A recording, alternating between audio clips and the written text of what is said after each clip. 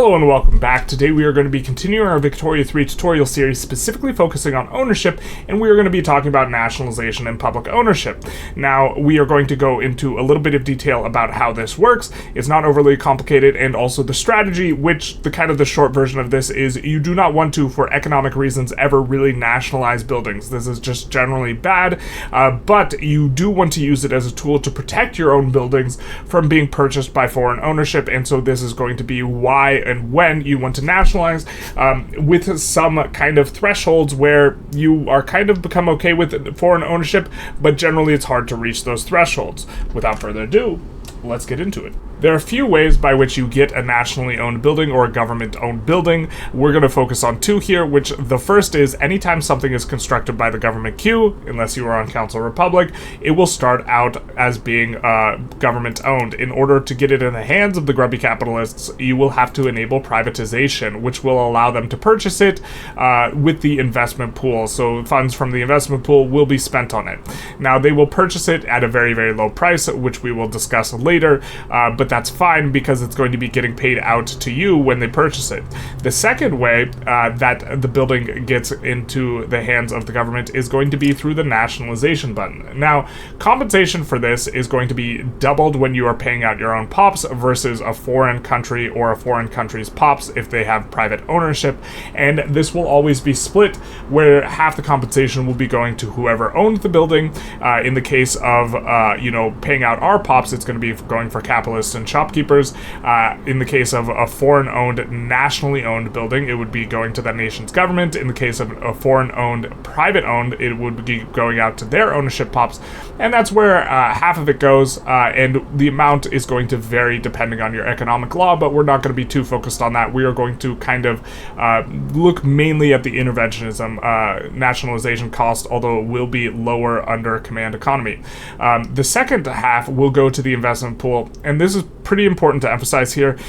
When you are paying out money to the investment pool, you are not really losing the money because most of what you spend is going to be on construction in terms of your government costs. This is going to be really, really heavy, and so the investment pool goes to pay out construction, and so it's really not a big deal unless you didn't like private ownership, which you do, because this investment pool money is going to be used to fund the private constructions, and so you will, in effect, not really be able to avoid private ownership by nationalizing everything because the money, or a big chunk of the money that you're paying out, is just going to be spent on new buildings anyways. Since this is preferable, we don't really care, and we just look at this as a work effectively paying out 150k to our POPs here, and we nationalize it, which, generally speaking, we don't want to do. We'll circle back to this with a little bit more detail, but it is important to note that the value that is getting created by any building is equal to the output goods minus the input goods, and it's getting distributed in one of two ways: wages, which don't care too terribly much about your economic system,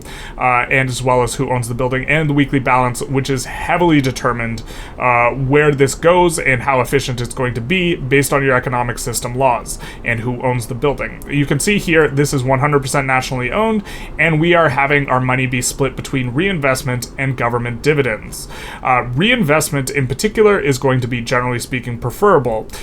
Briefly, we're not going to talk about every single one of these individually, but laissez-faire and cooperative ownership will have 100% government dividends reinvestment. And what this means is this money gets reinvested back into the investment pool, and no money is deleted, so it is preferable to have cooperative ownership and laissez-faire. The money will just go to the investment pool. You want to build a bunch of construction anyways, and the investment pool feeds into the construction goods, so it's effectively, from the perspective of the government, just like 100% income. Secondarily, there are going to be other laws like interventionism, which we're on right now, which are going to have government dividends reinvestment, which is going to be the proportion of money that goes to government dividends.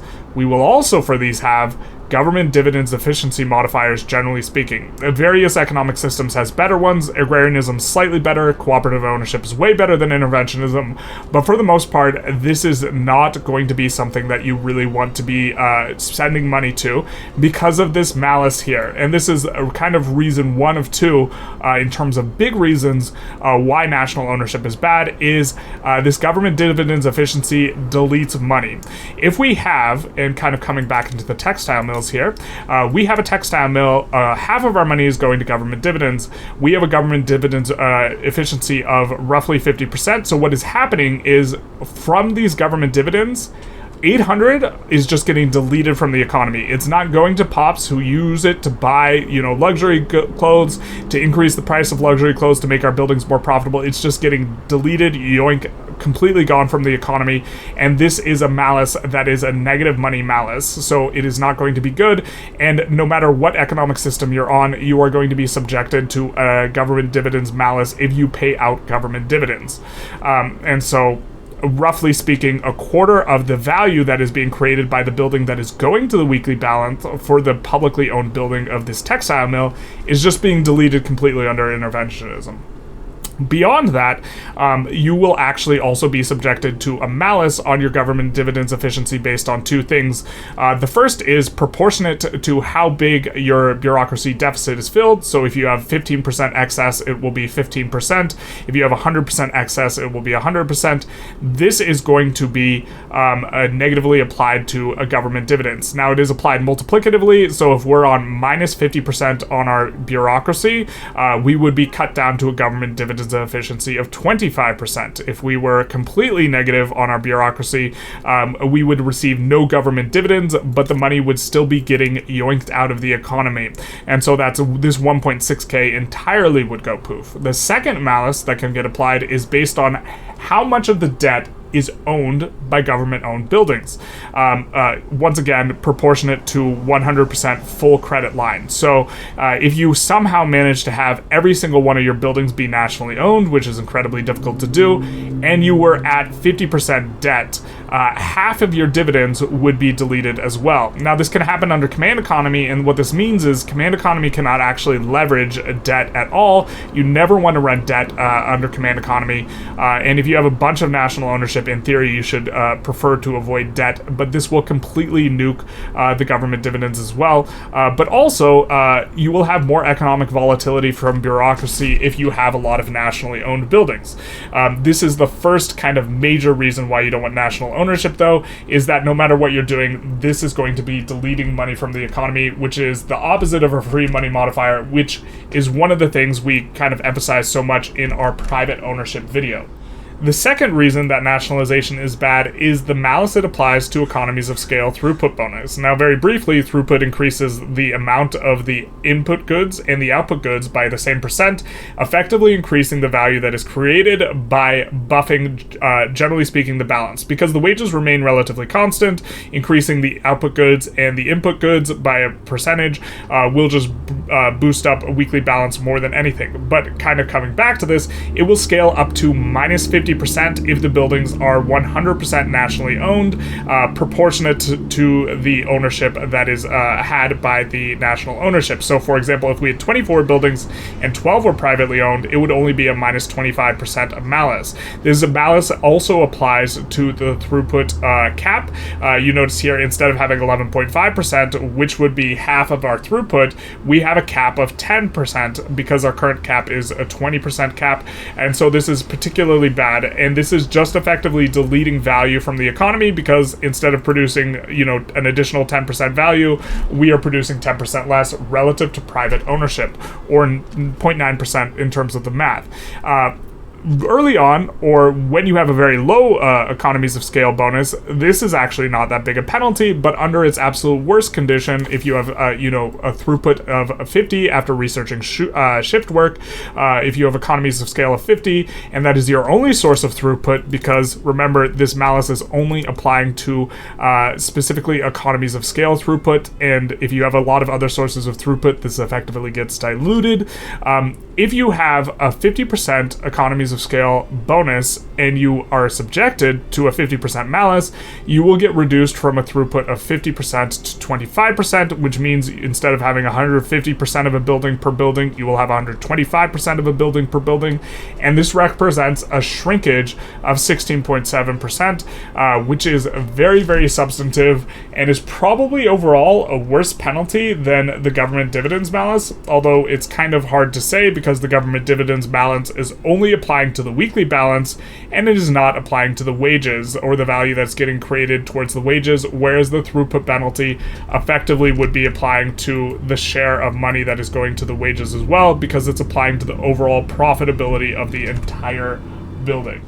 It is important to emphasize that both this throughput malus and also this government dividends efficiency malus are deleting money from the economy, but this isn't the sole reason why national ownership is bad, because the opportunity cost of national ownership is private ownership, and what we focused on or emphasized so much in the private ownership video was achieving as much free money modifiers as possible, like this capitalist investment pool contribution efficiency, which adds free money to the economy. It does the reverse of what a lot of the national ownership stuff is doing.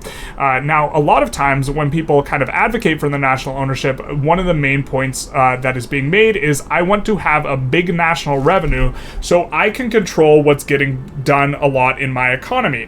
And what ends up happening is, if you do a lot of the math, you don't get more government income if you have everything national ownership. And so at this point in the video, I will ask you to ask your children to leave the room, because this is not going to be appropriate for them. Ask them to hide in the cupboard. Ask your overdue library books to similarly hide in the cupboard with the children. The children should be reading anyways if they're not going to be in the mines, because we are looking at a spreadsheet. Now, we're not going to describe the spreadsheet or fully explain the spreadsheet because this one's a lot to unpack, but we are going to just draw attention to a situation that is generally laissez-faire biased, happy capitalist, this type of stuff, and is 100% private ownership. And we're going to look at interventionism specifically, because interventionism splits both between government dividends and national reinvestment. And we will see with the conditions we have set forth, where at base we have a real GDP of 400, and we also are having half of that go to dividends versus half of it go to wages.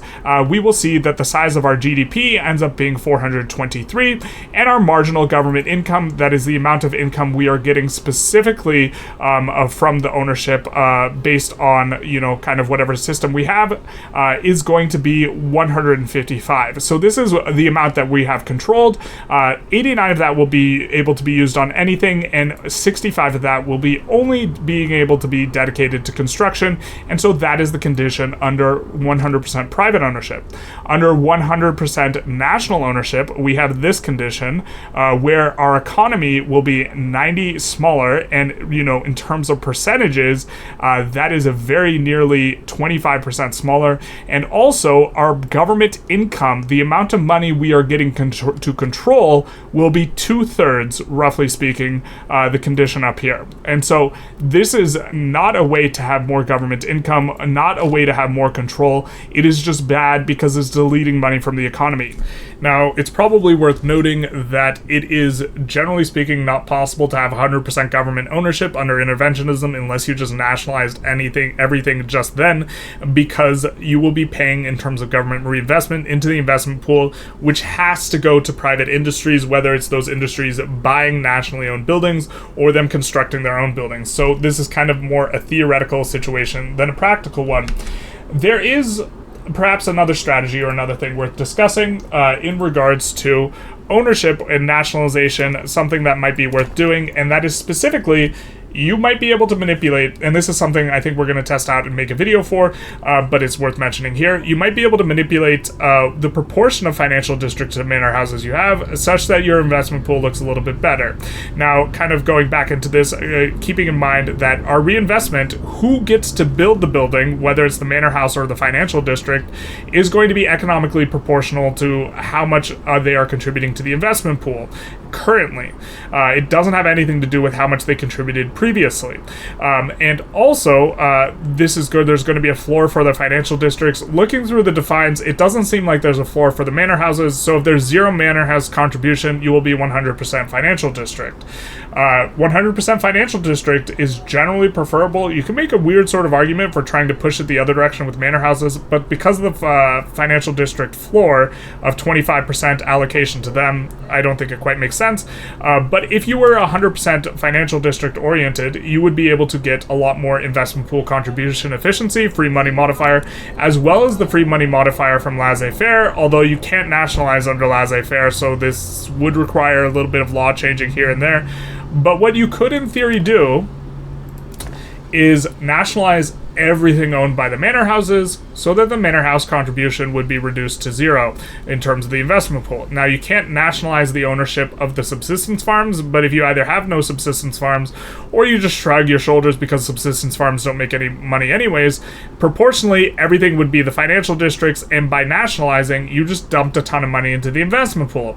You then privatize everything because you don't want to stay on nationally owned buildings. This cannot be emphasized as much. You don't want to stay on the nationally owned buildings, but then you privatize everything with the idea being that the financial district will scoop up all the buildings that have just been nationalized. Again, we do need to test this out. I'm not sure if it works, but if this does work, this is a reason to nationalize. But the point is not owning nationally owned buildings. The point is maximizing the free money modifier by having more capitalist orientation and going something like laissez-faire later, using the capitalist investment contribution efficiency modifiers. Also notably, capitalists give a higher proportion of their dividends based than the agrarian guys, I forget their name, aristocrats. And so this is something that's theoretically possible. I don't know if you're going too deep in the tank. I think it probably works, but I'm not sure, and it requires a little bit more investigation. Also, currently, the UI is not particularly good for you being able to nationalize everything that's manor house owned, but with update 1.8, it should be updated so that you can do it. So right now, this might not be a strategy to test because it would be incredibly tedious, but moving forward, you should be able to sort by manor houses and nationalize stuff that's specifically owned by them. So the reason why you sometimes want to have nationally owned buildings, even kind of from an economics perspective, is that it protects you against foreign ownership. If you have something that is nationally owned and it is not up to be privatized, which we can't have this because we're on laissez-faire and it forces privatization, then other countries can come in and buy your buildings, and they buy them for very cheap. We'll take a look at the numbers in a little bit, but there's kind of three relationships we want to keep in mind when we're thinking about this. The first is anytime we grant someone investment rights or we have a mutual investment agreement, they can purchase our buildings that are put up for privatization or build in our country.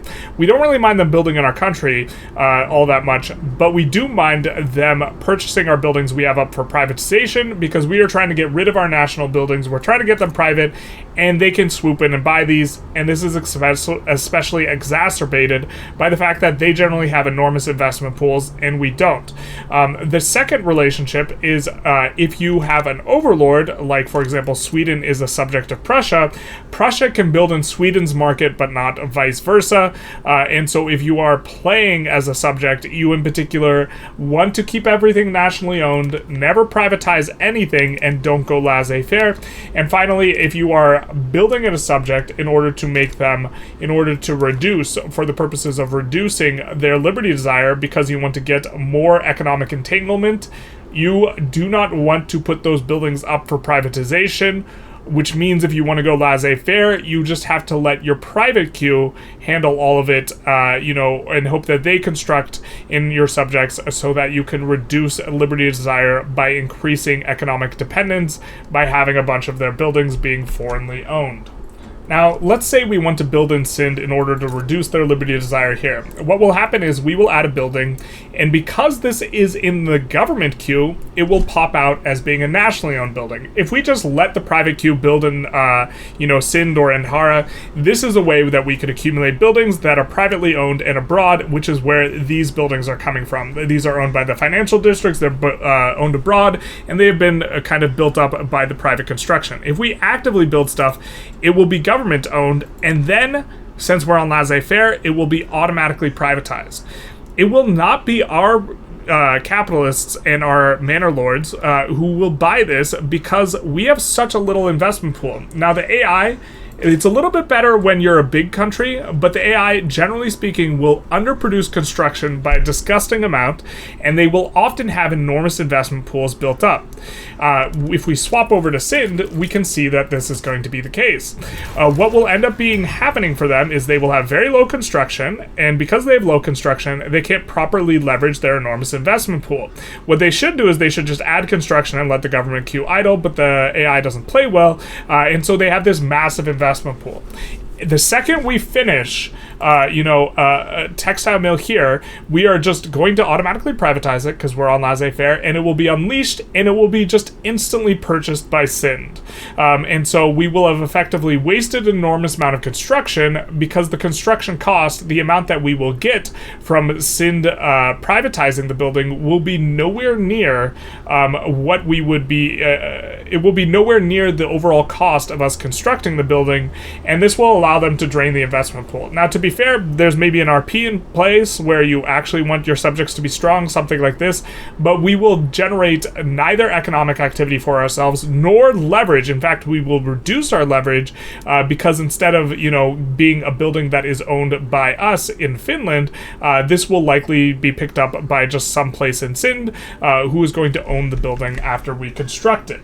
Very similarly, if we were here playing as Canada and we wanted to privatize our nationally owned level of this tooling workshop, we could enable privatization. However, anyone with investment rights, aka our overlord, would be able to buy this building. We don't have enough of an investment pool to actually purchase this tooling workshop, and if we take a look at the UK, they actually have a very large investment pool, so they are very likely to swoop in and take our stuff. They are likely to purchase it because they have an investment pool of 2.6 million, and so they are poised and ready to buy any building that gets constructed. And so if we take a look here and we just let the game think for a second, it probably won't be too long until this gets built up. Now, to be fair, there's an enormous queue going and this sort of thing, but if we let the game run for several months, it's very likely that the building gets purchased, and as we could see, it already did get purchased by a financial district in Ulster. The compensation that's given to Canada is not sufficient for this to feel particularly good, and so if you are a subject, you don't want to actively, privatize your buildings. But beyond that, if you are playing as a subject, you go interventionism, and you probably want to go a step above, where you want to actually idle the private construction or the public construction, the government construction, as often as possible, as long as you have an investment pool that is built up to support it, and let your private queue build more than possible. Because you will not be putting stuff up for privatization, this means that there will be more private construction, and you want to leverage it and make it so that you are as often as possible draining this, so that the private queue will be the one constructing, rather than the government queue constructing a bunch of government-owned buildings that are going to hemorrhage value in many of the ways that we talked about earlier. Now, there is a little bit of a sort of reverse consideration, which is that you can nationalize foreign buildings. This will often be worth it, but not categorically worth it, and the thing to keep in mind when kind of trying to evaluate this is that what we are buying is we are buying the balance of the building. We are not buying the entire building, so the ratio of the balance to the wages is going to wildly determine, or not wildly, generally it'll be worth to nationalize, but this is going to inform whether or not it's a smart decision, because this building is located in Odessa. We are playing Ukraine. It is owned by Austria-Hungary. If we nationalize the building, we are not acquiring the wages. We already have the value from the wages, and we already have the value from the increased GDP, raising our minting. What we would be acquiring is the weekly balance under public ownership conditions. It is important to note you can't just flip-flop back and forth as well, because this cost of nationalizing the building is double the cost of purchasing a building that is currently privatized. If you see toggle privatization, you will see that it's 50k per level versus 100k per level, which will be paid out to Austria-Hungary. And so we can't flip-flop back and forth, but it can make sense for us to nationalize, but it will make sense for us to nationalize with the idea that we are just going to turn around and enable privatization because we want to allow our own pops to pick up this building, which means that there are maybe conditions where you are specifically not letting the foreign governments build or buy any of the stuff you are constructing, where you allow them to build in your country, and you allow them to build in your country so that they can build up a bunch of levels, and then you swoop in and nationalize and then privatize once you have kicked them out from being able to build into your country. So this is something to consider. We know that the private queue in particular is going to want to build in places that are efficient per construction, and so that's something to keep in mind. Now, France with the Voice of the People DLC offers kind of maybe an interesting strategy in this regard because you get the state construction efficiency bonus. You give up a free money modifier bonus, but you get state construction efficiency, and if you give foreign investment rights, they will be more likely to build in your country than if you were playing someone else because they take into account construction costs, and building anything in France from a foreign perspective is a lot cheaper, and so there's maybe some sort of strategy where you try and get as much money coming in. Also, you do not get the free money modifier for your investment pool off of your industrialists, and so instead you are just getting cheaper construction. The cheaper construction is just better, but this is not being modified up, and so getting an influx of money from foreign investment with the idea that you're just going to nationalize and privatize anyways, there's maybe a little bit of a teeth to some sort of strategy here for France specifically. You thought your children were safe, but they're not, because we're going to be taking a look at another spreadsheet. You should have left them in the mines, make miners miners again, and what we are going to be looking at is something that looks at the cost of construction and then relativizes it to the cost of privatization. So if we take a look here, we have the goods cost per construction. This is based on the PMs you have, as well as kind of three conditions, normal base prices plus 20% price, which, to be fair, this is more likely to be the condition, and minus 20% price.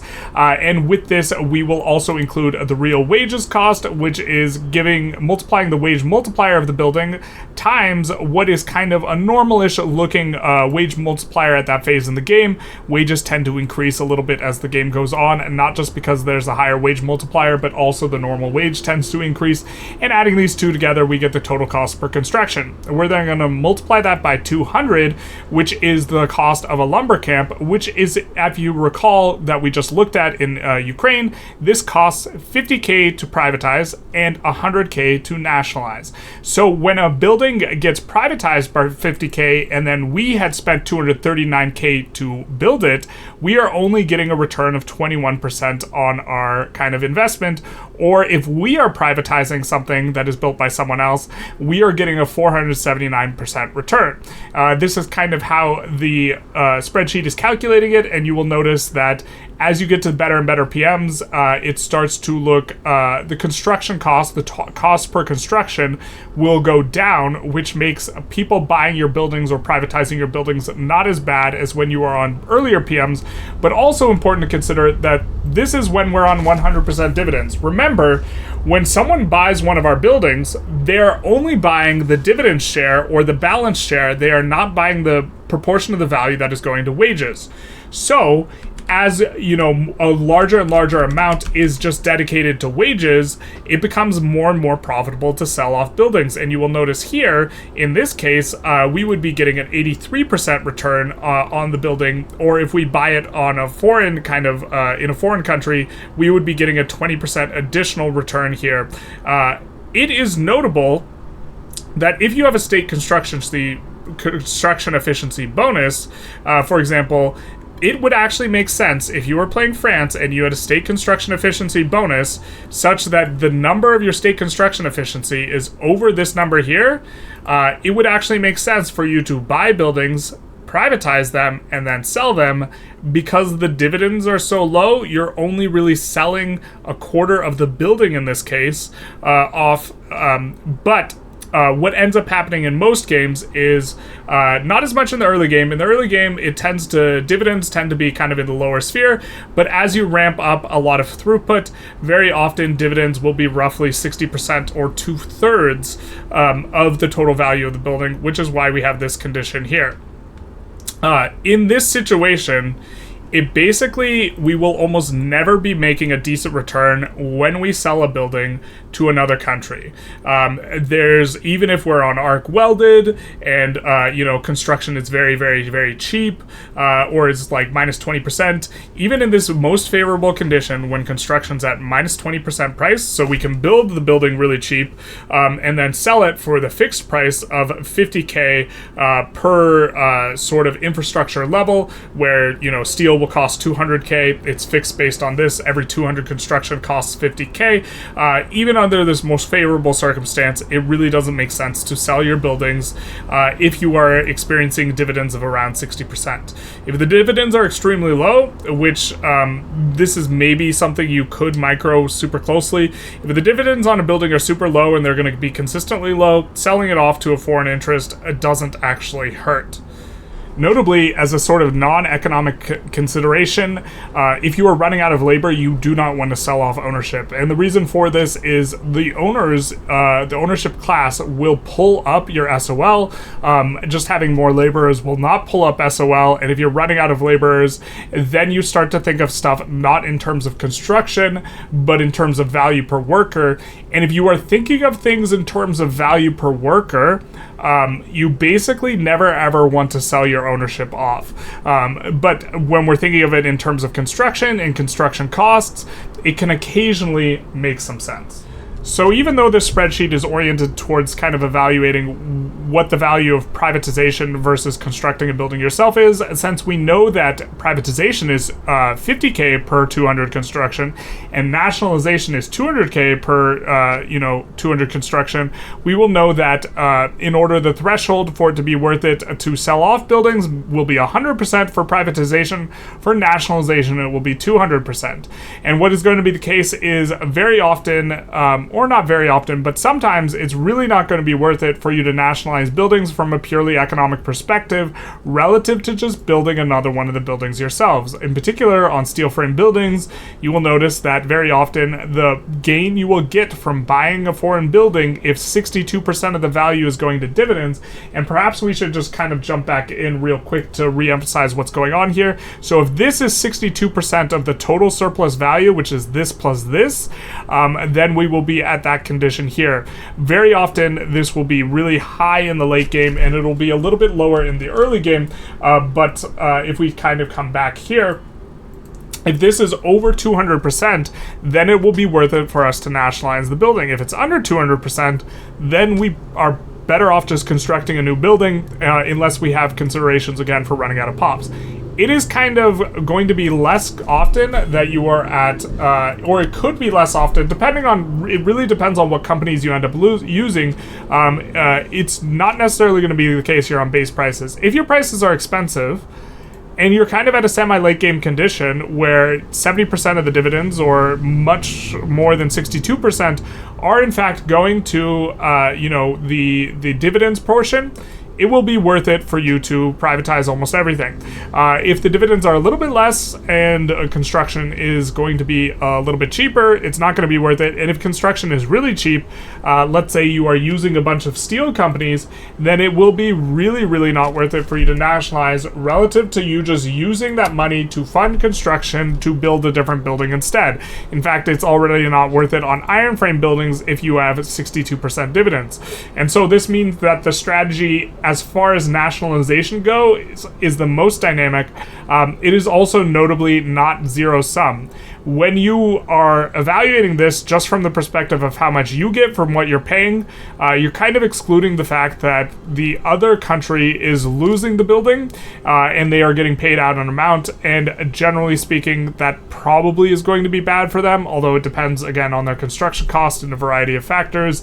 But this is going to be how you evaluate, and just know that most of the time, it will be worth it for you to nationalize if construction costs are expensive and you are on earlier PMs and the split of the dividends is going to be very oriented, or the split of value is very oriented towards dividends.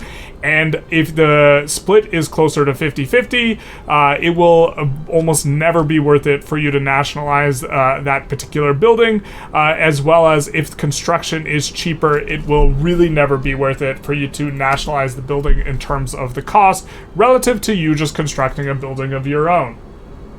Notably, the analysis we're doing here, where we're trying to be over 200% and that sort of thing, is from the perspective that you are planning on immediately privatizing the building after nationalizing it, and you're nationalizing it to seize it from foreign ownership so that you can acquire the share of the building that is dedicated to dividends.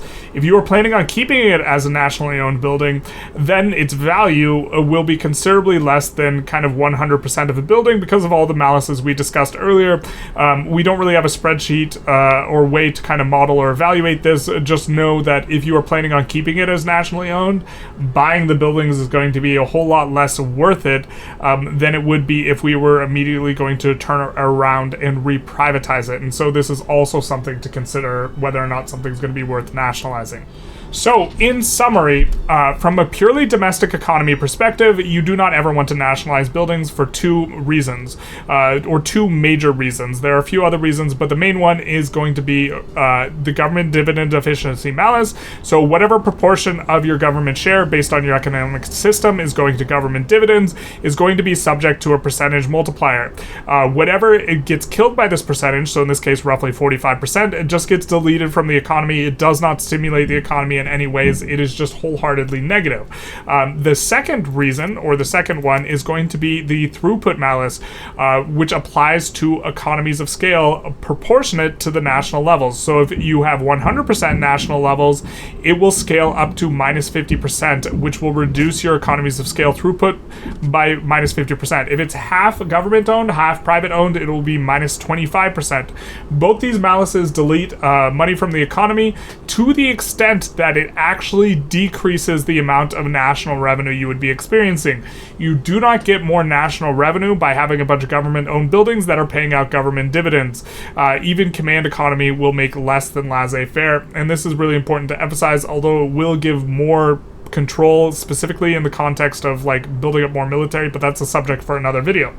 There is a reason to want to engage in nationalization or promote nationalization, and that has almost entirely to do with foreign ownership. In particular, if you are playing as a subject, you want to stay on agrarianism or interventionism and never swap to laissez-faire and never put anything up for privatization. The reason being is on a per construction cost basis. If someone else has investment rights in your country and you have a building up for privatization, so for example, if someone had private rights here and we have this up at privatized, they can buy the building for $50K. It will cost us, depending on our PM and the price of construction, anywhere from $150K to $250K to build the building. Now, to be fair, they only are buying the weekly balance. They are not buying the whole building. They are not buying the value that is created in wages as well, but still, it is basically never worth it to allow this, and it is really bad to allow this. And so what you will generally want to do, with a couple of exceptions, is if someone has foreign ownership, you definitely want to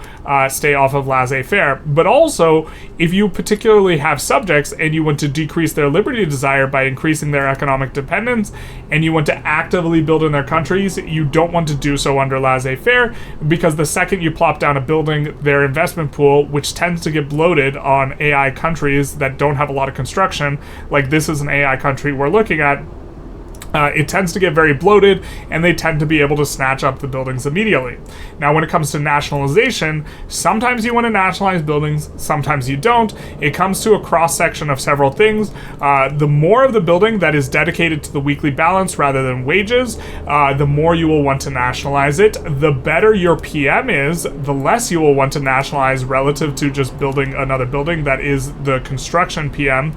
And finally, there is going to be a third kind of consideration that is particularly important, which is the overall construction costs. The lower your construction costs, the more you would prefer to, rather than nationalizing a building, just building a building of your own. And the reason for all this is because the price of both nationalization and privatization is fixed, whereas the cost of construction is dynamic. And so the more you are getting out of, the cheaper your construction, effectively speaking, the more it's worth it, and the more of the building you're buying in terms of the value, which is, again, you're only ever buying the portion that is the weekly balance rather than the wages, the more you will want to buy the building. But this is how you think through it. And so as a general heuristic, if you just always bought stuff on iron frame, this is the simplest one. If you always nationalize stuff on iron frame and never do it on steel frame and use that as your breakpoint, that'd probably be reasonable enough.